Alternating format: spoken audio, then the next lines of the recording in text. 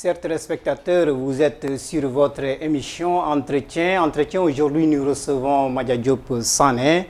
Il est le coordonnateur du mouvement national Vision Citoyen, avec qui nous allons parler de ce mouvement, les grandes actions menées. Nous allons également parler de la situation politique du Sénégal. L'affaire Ousmane Sonko de Maître Moussa Diop, tout juste après ça.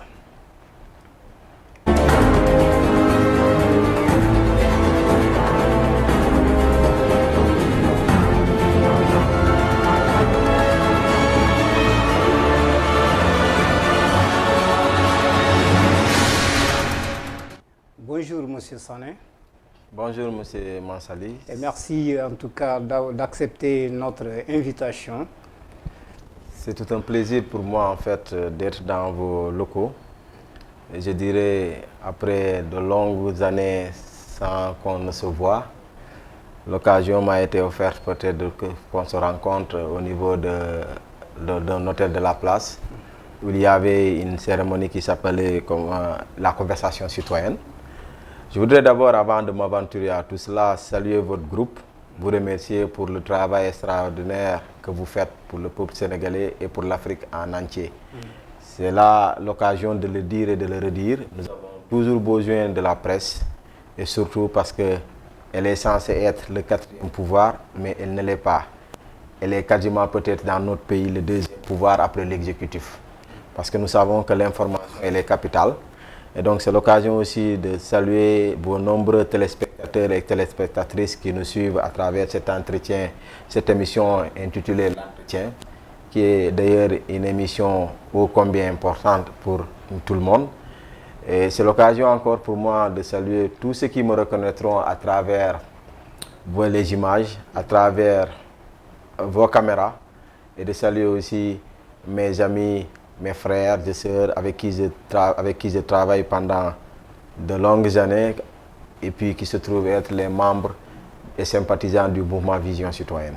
Ok, merci. Et je rappelle que vous êtes le coordinateur national du mouvement Vision Citoyen. En tant qu'initiateur de ce mouvement, comment vous est venue l'idée, en tout cas, de créer ce mouvement? Oui, permettez-moi de faire une petite histoire, raconter une petite histoire de ce mouvement-là, faire son historicité un peu plus ou moins. Dieu nous a donné la chance en fait d'être, comment on appelle, Dieu nous a donné la chance d'être orienté dans une université qui s'appelait l'université de Ziguinchor, qui s'appelle maintenant l'université Assane Seck de Ziguinchor, où nous avons été des dirigeants d'université, des délégués, et moi-même j'ai été 3 fois président de l'UFR, de l'amicale de l'UFR des sciences économiques et sociales de cette université-là. Donc c'est là-bas que peut-être j'ai eu à acquérir un certain leadership qui m'a permis, après la sortie de l'université, de dire comment à l'université nous avons défendu les intérêts des étudiants, les intérêts, des intérêts spécifiquement des étudiants, bien sûr. Donc au sortir de ça, j'ai dit, on va peut-être créer une association ou un mouvement qui va essayer de défendre les intérêts de tout un chacun, de défendre les intérêts des Sénégalais, mais défendre les intérêts de quiconque qui est citoyen du monde. Et c'est comme ça que l'idée nous est venue de créer un mouvement. Mais après avoir voulu créer ce mouvement-là, il nous restait tout simplement à créer le nom, à mettre le nom. Donc, à un moment donné, depuis 2011, quand nous avons créé ce mouvement, un jour comme ça, dans un sommeil à la limite un peu profond, l'idée m'est parvenue en fait d'appeler ce mouvement la vision citoyenne. Et j'ai dit vision citoyenne en Wolof, ça veut dire gis-gisu askan gi. Et j'ai dit vision citoyenne. On peut vous dire que la vision, elle peut être apparentée, que la vision peut être floue.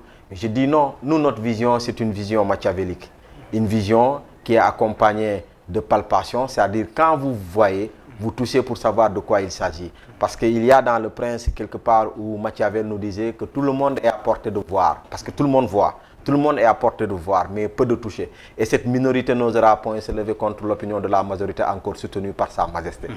Nous sommes de cette minorité-là qui voit et qui touche et qui comprend réellement de quoi il s'agit. C'est pour cela, nous, notre vision, elle est une vision véritablement qui est accompagnée de preuves. Une vision qui ne s'apparente tout simplement pas à l'apparence ou une vision qui est sombre, non. C'est une vision éclairée par la raison. Et c'est pour cela, dans ces objectifs du mouvement Vision Citoyenne, je pense que c'est une question sur laquelle vous allez rebondir peut-être. Mais vous dire que pourquoi on a créé ce mouvement-là, c'est parce qu'on a vu quelque part que nous étions dans une zone à la limite, une zone meurtrie par 30 ans, par 40 ans de conflit, la crise casamassaise. Et je dirais une crise du Sénégal, qui est dans une partie du Sénégal qui s'appelle la Casamance. Et cette crise-là nous a vu naître, nous. Nous avons dit que nous sommes les fruits de la guerre. Nous sommes la génération qu'on appelle la génération Kalachnikov.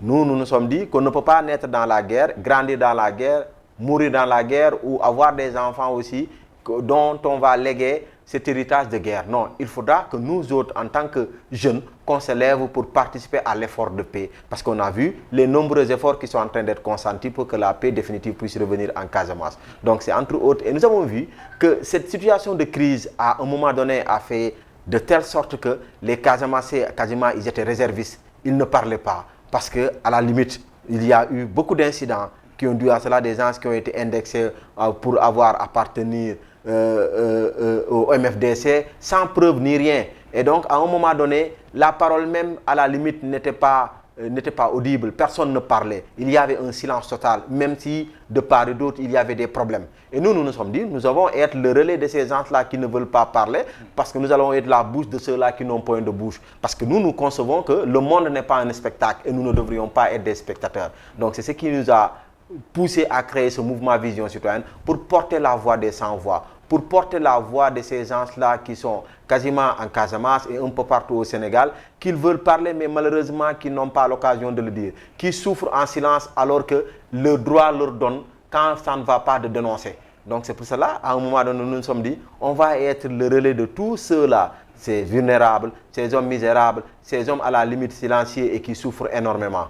Donc, à un moment donné, on a créé le mouvement Vision Citoyenne pour contenir tout cela, pour essayer de dire aux gens il faut parler, parce que les individus, ce qu'ils ont de différence avec les animaux, c'est qu'ils ont la raison. Ils sont capables à la limite de dire leurs problèmes, ils sont capables à la limite de dénoncer les injustices, ils sont capables à la limite de dénoncer tout ce qui ne va pas. Donc on a voulu à un moment donné porter ce combat-là pour leur permettre eux aussi de savoir que si ces jeunes-là portent ces combats-là, nous en tant que personnes adultes, on pourra venir nous associer à eux et porter les combats. Parce que je dis, il faut comprendre que dans un pays, comme on se dit, démocratique, il faut qu'on laisse les gens le soin de parler. Parce que quiconque ne parle pas, il a une colère en lui. Et le jour où ça va s'exploser, ça va créer d'autres problèmes. C'est pour cela qu'il est bien de laisser les gens parler, mais pas dire n'importe quoi, mais de laisser les gens s'exprimer. Parce que l'expression, comme on le dit, l'expression c'est une forme de confidence. Et comme on dit, la confidence noie la douleur. Ok. Vous l'avez dit, vous ne voulez pas être des spectateurs. Aujourd'hui, vous avez mis en place ce mouvement. Quelles sont les grandes lignes que vous avez, les pas que vous avez eu à faire, en tout cas des gestes que vous avez eu à mener à l'encontre de la population, de tous ces gens que vous venez de citer? Oui, permettez-nous d'abord de vous dire que quand il s'est agi en premier lieu de créer ce mouvement-là, après avoir créé les premiers combats que nous avons menés, parce que moi je les appelle des combats, c'est d'abord de permettre en tout un chacun, à chaque citoyen sénégalais, chaque citoyen de la Casamance de pouvoir s'exprimer quand il veut, où il le veut, et avec la manière. Parce que nous étions dans une région où, je le disais tout à l'heure, la parole véritablement n'était pas audible, où la parole, le silence était primé en fait sur la parole. Les gens se taisaient beaucoup, ils ne disaient absolument rien du tout alors qu'ils souffraient. Nous les avons permis en premier lieu de prendre conscience de leur existence eux-mêmes, de savoir qu'ils sont des hommes, ils existent. Et donc, quand ils existent, il y a des problèmes. Et quand il y a des problèmes, il y a des manières de les poser et pour que les problèmes puissent chercher des solutions, d'avoir des solutions. Parce que nous, on se dit, un problème mal posé n'aura pas de solution. Mais un problème bien posé aura toujours des solutions.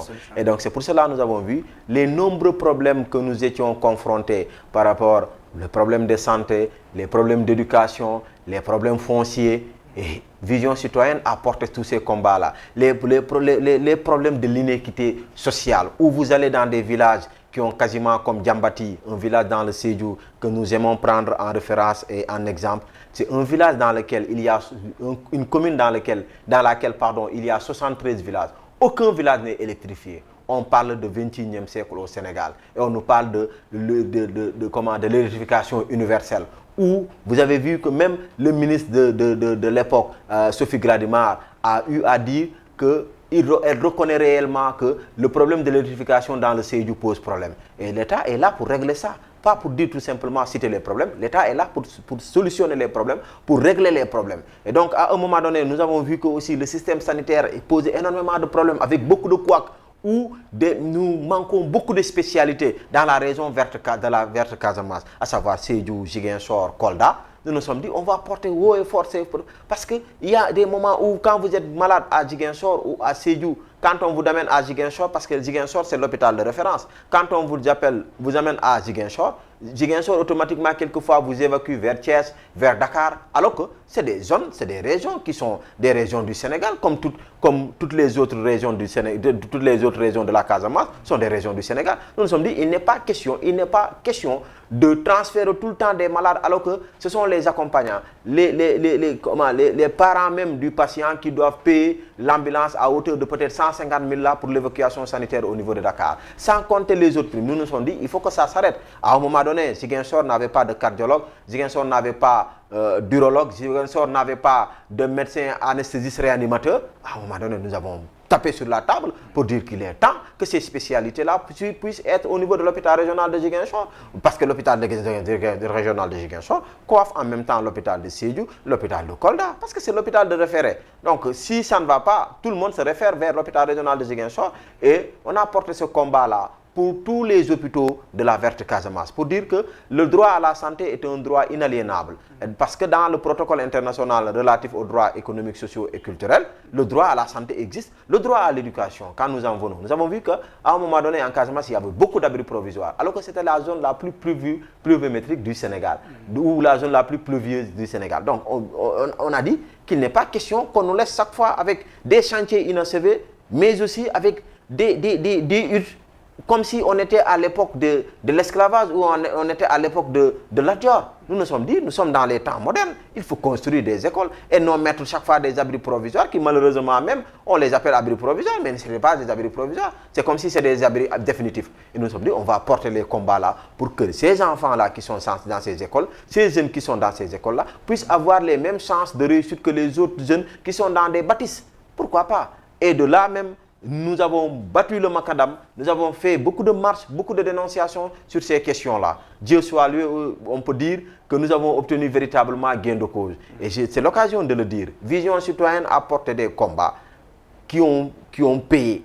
Parce que moi je me dis, c'est comme si nous avons la main bénie de Dieu ou de la divinité qui est sur nous. À chaque fois quand on parle, les gens nous écoutent. À chaque fois quand on dénonce, les gens prennent en considération les dénonciations et ils essaient toujours de chercher des solutions. Ça, Dieu soit loué. C'est peut-être parce que nous avons une certaine rigueur dans notre manière de faire. Peut-être c'est ça, nous ne saurons le dire. Mais en tout cas, je peux vous dire que Vision Citoyenne, c'est la voix des sans-voix, comme on le dit. C'est Vision Citoyenne, c'est un mouvement à la limite qui est là, comme je le dis, nous œuvrons pour Dieu à travers les hommes. C'est pour cela, dans toutes ces zones-là, de vous dire, quand on va dans une zone, les gens veulent nous donner de l'argent ou des récompenses parce qu'on a fait telle chose pour eux. Nous leur disons tout simplement, priez pour nous. Parce que nous sommes encore jeunes et la vie est devant nous. Sur le cadre du foncier, je pense qu'on va y revenir tout au long parce que le foncier aussi, le président de la République l'avait dit. Il a dit que 90% des dossiers qu'il reçoit sont dus au foncier. Mais effectivement, il ne s'agit pas pour le simple président ou président de la République de dire les problèmes qu'il retrouve tout le temps sur sa table, mais c'est de chercher des solutions, parce que, quoi que l'on dise, dans le droit, dans le protocole international relatif aux droits économiques, sociaux et culturels, le droit à l'habitat, le droit au foncier, le droit au logement, ce sont des droits inaliénables. Chaque pays, chaque État doit les respecter. Chaque État a l'obligation d'appliquer ces droits-là pour que les citoyens puissent avoir un toit, pour que chacun puisse avoir là où loger. Mais malheureusement, vous avez vu qu'au Sénégal, c'est quasiment quelques-uns qui ont, quelques personnes qui ont quasiment toute la surface foncière du pays, alors que ce n'est pas normal. Une seule personne peut avoir 5, 6, 7 terrains. Ce n'est pas normal. On doit harmoniser ça, faire de telle sorte que chaque Sénégalais puisse avoir un toit. Mais les pays qui l'ont fait ne sont pas mieux que le Sénégal. Encore plus que le Sénégal est un pays, à la limite, un pays de droit, un pays civilisé. Mais ces droits de l'homme-là doivent être respectés. Mais malheureusement, quand nous voyons qu'au niveau de la tribune des Nations Unies, lors du Conseil, lors du 75e anniversaire de la Déclaration universelle des droits de l'homme, où le président de la République lui-même se permettrait de dire que sur tous les cieux, l'extrémisme, le radicalisme et le populisme sont ceux qui menacent le plus en fait les droits humains. Je dis ce matin dans les radios de la place et dans des radios au niveau de la Casamance où j'ai envoyé l'élément pour le dire que le président a parlé des conséquences et non des causes. Les causes, tout simplement, comme Birahim Seck l'avait dit, c'est ce que l'on appelle les inégalités sociales, c'est la malgouvernance, c'est les injustices. Ce sont ces choses-là qui font de telle sorte que les gens se révoltent. Il faut donc parler de la cause et non des conséquences. Je pense que le président de la République s'est trompé en parlant des conséquences. Il devrait forcément dire que les causes, c'est ce qu'on voit. Et malheureusement, ces mêmes causes-là existent chez nous, où les droits des êtres humains, où les droits humains sont bafoués, à la limite, foulés aux pieds, comme même les règles les plus élémentaires, ça pose problème.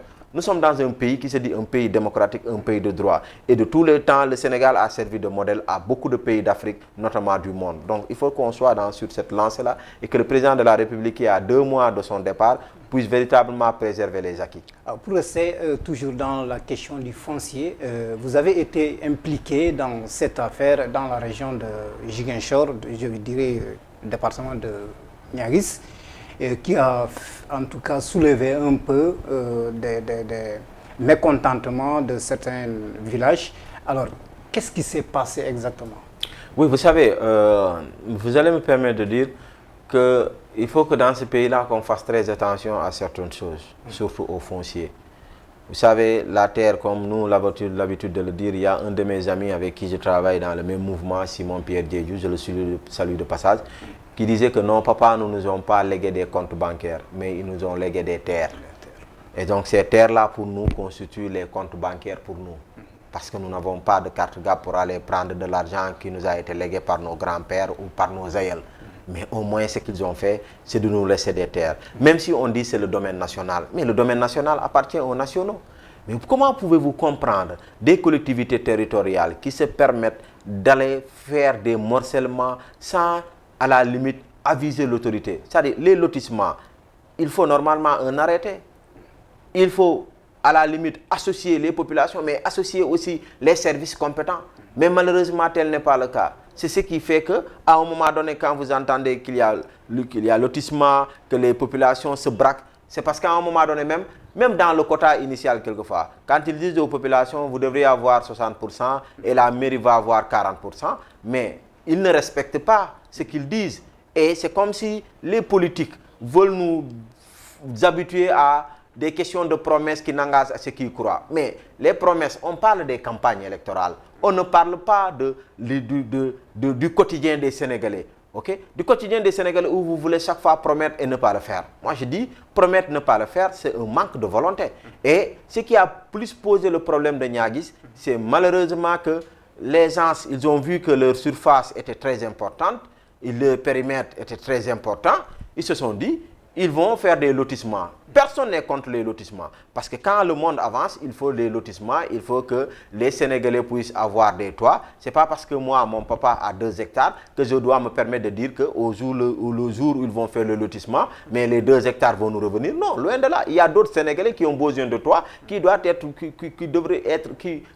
attributaires de ces surfaces-là. Mais malheureusement, tel n'est pas le cas. Il y a certainement, nous avons eu écho des ventes de terre, nous avons eu écho de ce que l'on appelle des quotas qui ne sont pas respectés. À un moment donné, nous nous sommes dit, mais arrêtez, il faut que ça s'arrête. Parce que sinon, ça risque de nous amener dans une situation regrettable. Parce alors que nous de quoi savons on tous... vous accuse exactement? Non, nous, on ne nous accuse de rien. Vision citoyenne, nous ne nous accusent de rien. Au contraire, ils nous disent que voilà, nous sommes à la limite des réfractaires, hein, nous sommes à la limite des gens qui créent des problèmes. Nous ne créons pas des problèmes, nous cherchons des solutions. Et pour vous dire vrai, cela même, quelquefois, nous jouons même la médiation pour permettre à certaines collectivités territoriales, ainsi que les citoyens qui y habitent, de pouvoir trouver des points d'entente. Pourquoi? Parce qu'il faut aussi des lotissements. Mais malheureusement, tel n'est pas le cas. Les gens, ils pensent que quelquefois, c'est sur ces terrains-là ou sur le volet, c'est le foncier, parce que le foncier, c'est beaucoup d'argent, vous le savez mieux que moi. Le foncier, c'est beaucoup d'argent et les gens pensent qu'il faut s'accaparer des terres qui appartiennent à autrui pour se faire de l'argent. Mais ce n'est pas possible, ça. C'est pas possible et c'est pour cela que nous nous mettons tout le temps au premier rang pour dénoncer. Nous organisons des marches, des conférences de presse, nous faisons des descentes parce que c'est très normal. Alors pour cela, comment faire pour permettre aux communautés locales, en tout cas, de bénéficier de leurs terres? C'est d'abord de respecter ce que l'on appelle le protocole international relatif aux droits économiques, sociaux et culturels. Respecter les droits des citoyens. C'est tout simplement ça. Il n'y a rien d'autre. Là où vous entendez qu'il y a des problèmes, c'est parce qu'à un moment donné, les droits des citoyens ont été foulés du pied. Donc aujourd'hui, quelle est la responsabilité de l'État par rapport à tout ça? Parce que la question du foncier est devenue, partout au Sénégal, on en parle. Mais alors, quand je vois que même des gens sont gazés par des forces de défense et de sécurité, je me pose la question, est-ce qu'ils se sont mis à leur place pour savoir que ces gens-là, ce qu'ils ont comme bien, c'est leur terre, uniquement. Si vous voulez venir faire ce qu'on appelle la spoliation foncière, ou vous vous accaparez de leur terre, mais dites-moi, ils vont vous donner leur âme. C'est ça, c'est pour cela, nous, dans les marches, on dit, ça me souffle, ça me bakken, ça veut dire, mon lopin de terre, mon nez, ou mon lopin de terre, ma vie. C'est exactement ça, parce que si on vous prend tout ce que vous avez, si on vous prend vos terres, ce que vous avez de plus, ce que vous avez de plus valeureux, mais dites-moi, ces gens-là ne songent pas à prendre votre vie. C'est pour cela que vous voyez un peu partout au Sénégal, parce que la terre, elle ne ment pas. Et la terre, c'est le plus grand bien au monde. C'est pour cela que les gens veulent toujours s'accaparer des terres appartenant à autrui, et autrui aussi ne se laisse pas faire. C'est ce qui fait que nous connaissons beaucoup de problèmes. Et l'État, ce qu'il peut faire, c'est de garantir à chaque Sénégalais un toit, mais aussi de faire de telle sorte que chaque Sénégalais qui a un lopin de terre, de lui dire d'aller se faire régulariser pour que au moins que cela soit sous son nom, le jour où l'État aura besoin, parce que les terres appartiennent à l'État, le jour où l'État aura besoin parce qu'il y a telle chose ou telle chose, mais il y aura des négociations avec le propriétaire ou les propriétaires terriens. C'est comme ça que ça se passe. Je rappelle qu'aujourd'hui, notre invité, c'est Madia Diop Sané. Madia Diop, qui est le coordonnateur national du mouvement Vision Citoyen. Parlons à présent de la politique. Dans sous peu de temps, je dirais peut-être un mois ou je ne sais pas, quelques jours. Alors, nous allons vers les élections présidentielles. Alors, quelle est l'analyse que vous faites de la situation politique du Sénégal? Oui, à la fois, je peux vous dire que nous sommes animés par un sentiment de peur. Un sentiment de peur parce que nous voyons ce qui se passe dans ce pays. Et nous croyons très sincèrement qu'il nous faut lever l'équivoque. Savoir que le Sénégal est un pays de paix et que nous devrions tous faire de telle sorte que nous puissions renforcer ce que l'on appelle la cohésion sociale. Aujourd'hui, la politique est en train de diviser ce pays-là. Et ce n'est pas normal. Et la politique politicienne, c'est pour un temps bien déterminé. Mais malheureusement, au Sénégal, 12 mois sur 12, 24 heures sur 24, les gens ne parlent que de politique. C'est pour cela qu'il nous sera très difficile d'avancer, de progresser. Et malheureusement, beaucoup de pays d'Afrique sont en train de partir, de nous damer le pion. Et nous, au même moment, nous sommes en train de régresser. C'est quoi la politique? C'est quoi un chef d'État? C'est quoi un gouvernement? C'est quoi un député? C'est quoi un ministre? Ce n'est rien en fait. C'est éphémère dans la vie d'une nation. Et quand on voit que pour les élections à venir, d'ailleurs, pourquoi je vous dis un sentiment de crainte et d'anxiété, c'est parce que nous avons vu quelque part que des potentiels candidats à la présidentielle de 2024, quand ils vont dans des zones pour mener leur campagne de parrainage et autres, on note quelque part la gendarmerie qui les arrête. Nous notons quelque part des jeux de lacrymogène venant de la police. Je vous parlais de Antangom qui a été à Kolda. Et de l'autre côté, nous voyons un ministre, premier ministre et candidat de Benno Bokk Yakaar qui se la coule douce, qui peut aller n'importe où, même dans les cieux, il peut y aller sans problème. Ça pose énormément de problèmes. Ça pose énormément de problèmes. Et cette injustice-là, que les Sénégalais sont en train de noter, en train de préparer les Sénégalais pour le jour J, il faut faire très attention. Très attention. Parce que ces élections-là, où nous voyons même qu'un certain candidat, à savoir le président Ousmane Sonko, ce que nous voyons, malheureusement, qui n'a gagné aucun procès depuis le début jusqu'à présent, ça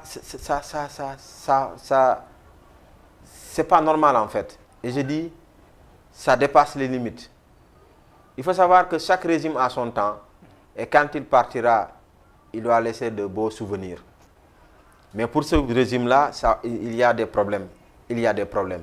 Et nous leur disons qu'il faut essayer de parfaire. Même si nous savons que chez l'individu, le parfait n'est pas dans ce monde-là. Mais il faut tout de même essayer de parfaire ses actions. De faire de telle sorte que certaines actions que vous posez puissent être irréprochables. Mais malheureusement, tel n'est pas le cas. C'est comme si nous sommes dans un foutisme parce que nous sommes au pouvoir. C'est demain encore la société civile qui va monter au créneau pour dire que... Par rapport à ça, est-ce que pensez-vous qu'il peut obtenir gain de cause? Non, ils ne peuvent pas obtenir gain de cause. C'est-à-dire que ce n'est pas la force tout le temps qui gouverne. La force gouverne par circonstance. C'est pour cela, Montesquieu disait que l'État a le monopole de la violence légitime. La violence légitime, c'est parce que ce n'est pas tout le temps qu'on doit user de la violence parce qu'elle est à portée. Non, ce n'est pas normal. Et nous disons qu'il faut tout faire pour que le Sénégal ne puisse pas connaître des épisodes comme d'autres pays d'Afrique qui ont connu des coups d'État ou qui ont connu des guerres civiles. Non. Nous ne pardonnerons jamais quelqu'un qui mettra ce pays-là en lambeaux. Nous ne pardonnerons jamais quelqu'un qui fera de telle sorte que les Sénégalais s'entre-déchirent parce qu'il y a des élections. Non. Les élections font partie de la vie d'une nation. C'est une étape de la vie. C'est des successions démocratiques. Et c'est très normal. Mais quand on voit ce qui se passe dans ce pays-là, où certains pensent qu'ils bénéficient d'une impunité totale, c'est comme si, à la limite, on dit, si l'impunité était garantie par un anneau magique, personne n'agirait avec justice, que ces gens-là ont un anneau magique qui leur permettrait de bénéficier de toute impunité et de ne pas être inquiétés. Mais ça pose problème. Et c'est l'occasion de dire à la justice sénégalaise d'être une justice indépendante, mais de dire aux forces de défense et de sécurité d'être à équidistance des pratiques politiciennes. Alors, pour parler de justice, vous avez sûrement écouté ce qui s'est passé avec la dénonciation de Maître, les accusations, en tout cas, si je peux le dire ainsi, de Maître Moussa Diop par rapport à l'ancien ministre et au président de la République. Alors, quelle analyse faites-vous de cette situation? Oui, c'était juste où je voulais mettre la parenthèse en vous disant que nous, ce que nous demandons au président Macky Sall, c'est qu'il n'y a jamais eu d'élection organisée au Sénégal par un président qui doit partir. Et c'est la première fois que nous avons de tels enjeux, que le président qui va organiser des élections doit partir, il est en fin de mandat. Et nous lui demandons de faire de telle sorte que les élections présidentielles à venir soient des élections transparentes, des élections inclusives et des élections paisibles en réalité. C'est tout ce que nous lui demandons. Et je pense que lui demander ça, ce n'est pas lui demander de trop, parce qu'il doit partir et il doit laisser derrière lui un nom à la limite un nom qui va l'immortaliser de par ses œuvres qu'il a commis ou par des œuvres qu'il a effectuées. Donc nous lui demandons en toute légalité et avec un cœur ouvert de faire de telle sorte que les Sénégalais ne puissent pas connaître une année à la limite de violence ou de violence électorale ou post-électorale. Véritablement, c'est ce que nous voulons. C'est nos vœux, ce sont nos vœux les plus ardents. Mais quand tu en viens à la question de... vous savez, j'ai dit tout à l'heure là, les injustices là, ça doit cesser dans ce pays. Et Maître Moussa Diop, il a fait des révélations. Et ces révélations-là, quand nous les avons entendues, nous sommes tombés des nues. Mais nous avons dit qu'il est temps d'éclairer la lanterne des Sénégalais. Et éclairer la lanterne des Sénégalais, ce n'est pas tout simplement convoquer ou faire convoquer Maître Moussa Diop, le placer en garde à vue, ou peut-être après le mettre en prison. Non, c'est pas ça. On ne s'attend pas à ça. Alors, on s'attend à quoi? On s'attend à quoi? À ce que la lumière soit faite sur cette affaire-là. Parce que on nous avait toujours fait croire qu'au Sénégal, il n'y avait pas de pétrole. Mais quand il y a eu l'incident de Gandiaga, je pense que c'est comme ça. Mais les Sénégalais ont vu autre chose. Ça veut dire que depuis 1960 jusqu'à présent, il y a certains politiciens qui ne nous racontaient que leur vie sur la question du pétrole. Et nous avons vu, quand il y a eu ce puits-là qui a pris feu, les Sénégalais ont compris que donc c'est nous, il y avait du pétrole. Et tout le monde ne croyait pas en réalité. Et c'est l'occasion de dire, pour cette affaire de diamant-là, il faut que cette affaire soit tirée au clair. Ce n'est pas tout simplement prendre quelqu'un, l'appeler. J'ai vu aujourd'hui sur le net que, paraîtrait-il que l'autre, Ali Ngouille Ndiaye, a été convoqué. Non, on ne doit pas se limiter à Ali Ngouille Ndiaye. On doit convoquer tous les ministres de tutelle qui étaient en charge de ces questions-là. Et même les premiers ministres qui sont passés par là. Parce que le gars, il a brandi des documents. Il a brandi des documents avec, soi-disant, des signatures, avec des dates précises. Donc, si cela est avéré, il ne faut pas que la sûreté urbaine appelle tout simplement Maître Moussa Sarr, Ali Ngouille Ndiaye. Non! Mais tous les autres, on doit créer des... Parce que moi, j'ai vu que Guy Marius Sagna, l'honorable député, a parlé de commission d'enquête parlementaire. Oh, je dis, commission d'enquête parlementaire, c'est vrai dans la forme, mais nous avons connu les questions qui ont été... les questions qui ont été, à un moment donné, fait œuvre d'une commission d'enquête parlementaire, mais Moudjoul Fenn. C'est comme si, à la limite, c'est pour étouffer les problèmes ou faire disparaître les problèmes ou à un moment donné, faire parler les Sénégalais et puis après, on les range dans les oubliettes. Non, cette question de diamant doit être tirée au clair. Parce que nous parlons de bonne gouvernance. Et ça doit être tiré au clair. Pourquoi? Parce que c'est le président de la République qui a été cité. Et ça, c'est le danger. Et le gars, il disait que le président de la République, en son nom, Macky Sall, à un pourcentage et Mimra à un pourcentage. Mais ça pose problème. Je pense que sur cette question-là, même le président de la République devrait prendre la parole.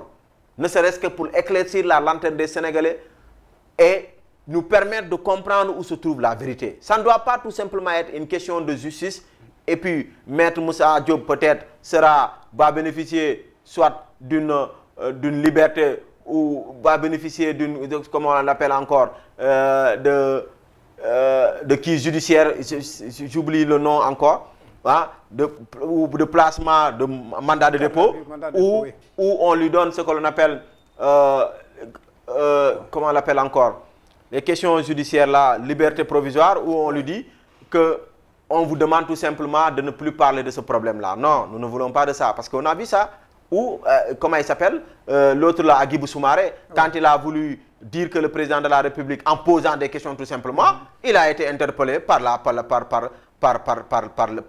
justice. Non, il a posé des questions au président de la République. Le président devrait répondre, et non que la justice se relaie au président de la République pour demander à Agibou Soumaré de venir répondre. Pourquoi? Non, nous pensons que la justice, aussi bien, même le président de la République est justiciable. Donc la justice ne doit pas être là pour une partie des Sénégalais et pour l'autre partie, elle s'abonne absente. Non, on n'attend pas, on s'attend pas véritablement donc ça. Donc là, je vois qu'on est rattrapé par le temps. Alors, on va tout de suite par rapport au pléthore des candidats. Que pensez-vous? En démocratie, le pouvoir du peuple par le peuple et pour le peuple. Mais nous voyons qu'en réalité, il y a certaines candidatures qui relèvent des candidats fantômes.